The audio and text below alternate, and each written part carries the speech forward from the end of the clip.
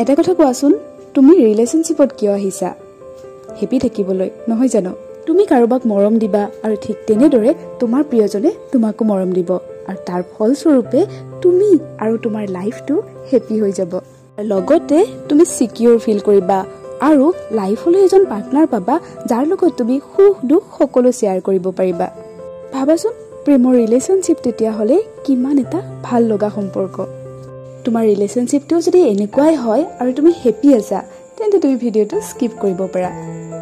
কিন্তু তুমি যি ভাবি ৰিলেশ্যনশ্বিপত আহিছিলা তাৰ যদি সকলো ওলোটা হৈ আছে, তুমি যদি সিকিউৰ ফিল কৰিব পৰা নাই, আৰু আটাইতকৈ ডাঙৰ কথা তুমি যদি হেপি থাকিব পৰা নাই, তেন্তে ভিডিঅ'টো শেষলৈ চাবা। ভিডিঅ'টোৰ ভিতৰলৈ যাম, কিন্তু তাৰ আগত যদি মোৰ চেনেলটোলৈ নতুনকৈ আহিছা তেন্তে চেনেলটো ছাবস্ক্ৰাইব কৰি কাষত থকা বেল আইকনটো ক্লিক কৰি দিবা। লগতে ভিডিঅ'টো লাইক, কমেণ্ট আৰু শ্বেয়াৰ কৰিবলৈ নাপাহৰিবা। তোমাৰ ৰিলেশ্যনশ্বিপত যদি কিছুমান ৰেড ছিগনেল দেখাই আছে আৰু তুমি ইগন'ৰ কৰি আছা, তেন্তে সাৱধান হৈ যোৱা। প্ৰথমতে যদি তুমি কণ্টিনিউৱাছলি এনেকুৱা ফিল কৰিব লৈছা যে যেতিয়া তুমি তেওঁৰ লগত থাকা হেপি ফিল কৰাতকৈ তুমি আনহেপিহে ফিল কৰা, তেতিয়া তুমি ৰিলেশ্যনশ্বিপটোৰ কথা আকৌ এবাৰ ভাবিব হৈছে।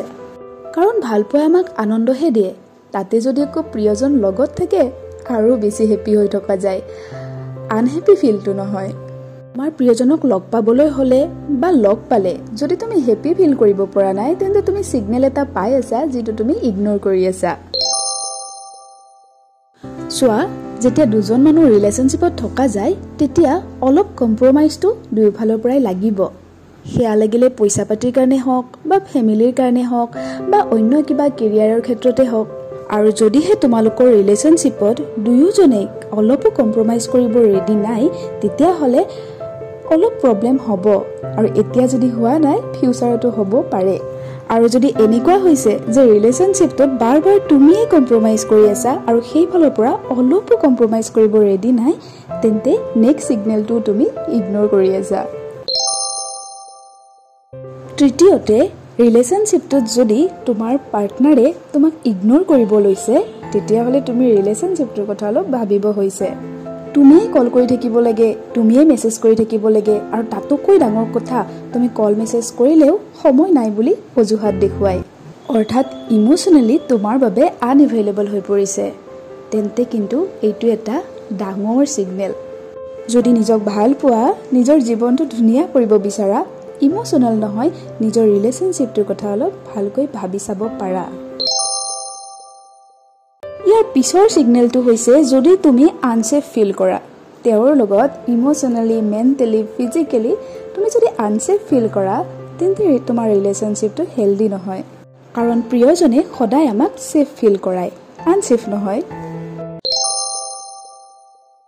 ইয়াৰ পিছৰ ৰেড ছিগনেলটো হৈছে তোমাৰ প্ৰিয়জনে যদি তোমাৰ গ্ৰ'থ হোৱাত তোমাক ছাপোৰ্ট কৰাৰ বিপৰীতে তোমাক পিছলৈহে টানিছে, তেন্তে এইটো এটা ভাল চাইন নহয়। তোমাৰ সপোনবোৰ সঁচা কৰিবলৈ, তুমি এম্বিচিয়াছ হ'বলৈ তোমাক যদি তেওঁ এনকাৰেজ কৰিছে, ডেট ইজ ভেৰি গুড। যদি ডিছকাৰেজ কৰিছে, ডেট ইজ ভেৰি বেড।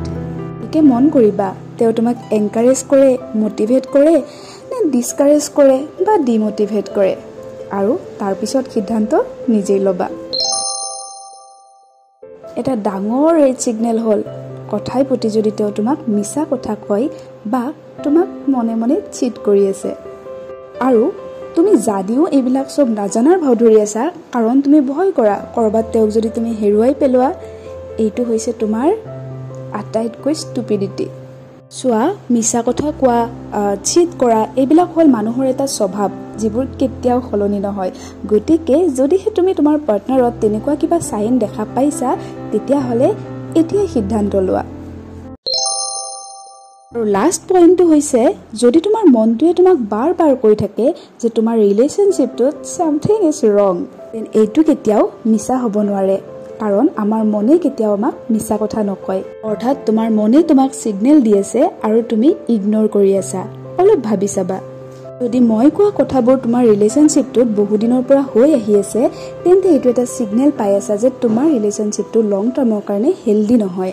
কিন্তু এটা কথা, খন্তেক সময়ৰ বাবে তোমালোকৰ মাজত কাজিয়া লাগিছে, তাৰ বাবে আনহেপি ফিল কৰিছা বা তেনেকুৱা কিবা ফিল কৰি আছা, সেইটো ইগন'ৰ কৰিবা।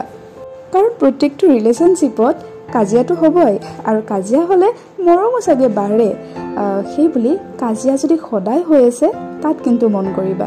মই আগতেও কৈছোঁ, হেপ্পী লাইফ এটা আৰু কেনেকৈ বেছি হেপ্পী বনাব পাৰি সেইটোহে আমাৰ উদ্দেশ্য হ'ব লাগে। তাৰ বিপৰীতে হেপ্পী লাইফ এটা টক্সিক ৰিলেশ্যনশ্বিপত সোমাই লৈ আনহেপ্পী বনাই লোৱাটো আমাৰ মূৰ্খামি হয়। আজিলৈ ইমানে। আকৌ এটা নতুন ভিডিঅ'ৰে নতুন কিছু টপিকেৰে আকৌ লগ পাম। তেতিয়ালৈ ভালে থাকিবা, হাঁহি থাকিবা। ধন্যবাদ।